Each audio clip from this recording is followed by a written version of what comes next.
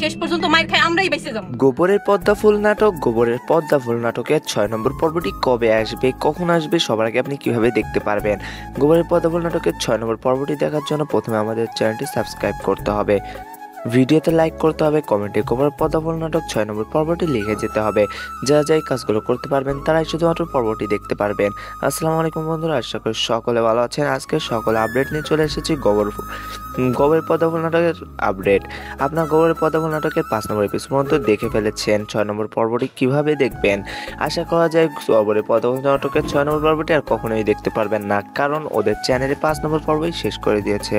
6 নম্বর পর্বটি আসবে না, তার নতুন একটি সিরিয়াল ধারাবাহিক নিয়ে এসেছে, সেটা আপনারা দেখতে পারবেন তাদের চ্যানেলে। যে এই ছিল আজকের আপডেট। পদ্মা ফুল নাটকের 6 নম্বর পর্বটি আর আসবে না, এবং কারা কারা এতে দুঃখী এবং কষ্ট পেয়েছেন সেটা কমেন্টে বলে যাবেন, এবং আমাদের চ্যানেলটি সাবস্ক্রাইব করে রাখবেন সকল নাটকের আপডেট সকল সময় সব সময় পাওয়ার জন্য।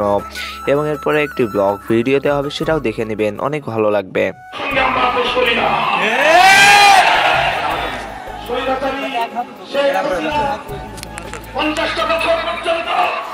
বাংলাদেশের বিরুদ্ধে, বাংলাদেশের মানুষের বিরুদ্ধে ষড়যন্ত্রের রাজনীতি করেছিল।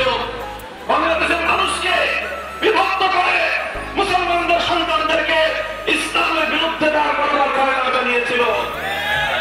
আমি আজকে মঞ্চে দাঁড়িয়ে আমি আপনাদের সকলকে, দেশবাসীকে সতর্ক করতে চাই। মনে রাখতে হবে, জুলাই এবং আগস্ট বিপ্লবের মধ্য দিয়ে বাংলাদেশের নতুন দিনের সূচনা হয়েছে। এদেশের নতুন প্রজন্মের ভাষায় দ্বিতীয় স্বাধীনতা লাভ করেছে বাংলাদেশ। মনে রাখতে হবে, এই স্বাধীনতার প্রাক্কালে স্বাধীনতা অর্জন করা যতটা কঠিন, স্বাধীনতা রক্ষা করা তার চেয়ে অনেক বেশি কঠিন।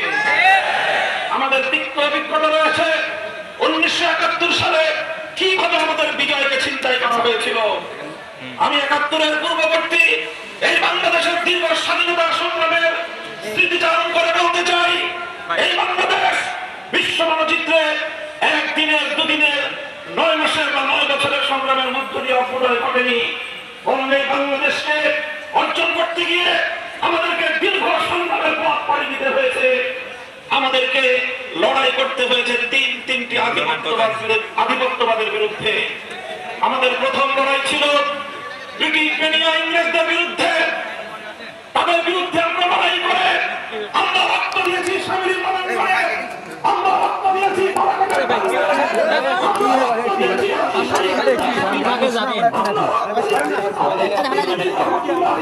সঙ্গে রক্তের সাগর পাড়ি দিয়ে ব্রিটিশ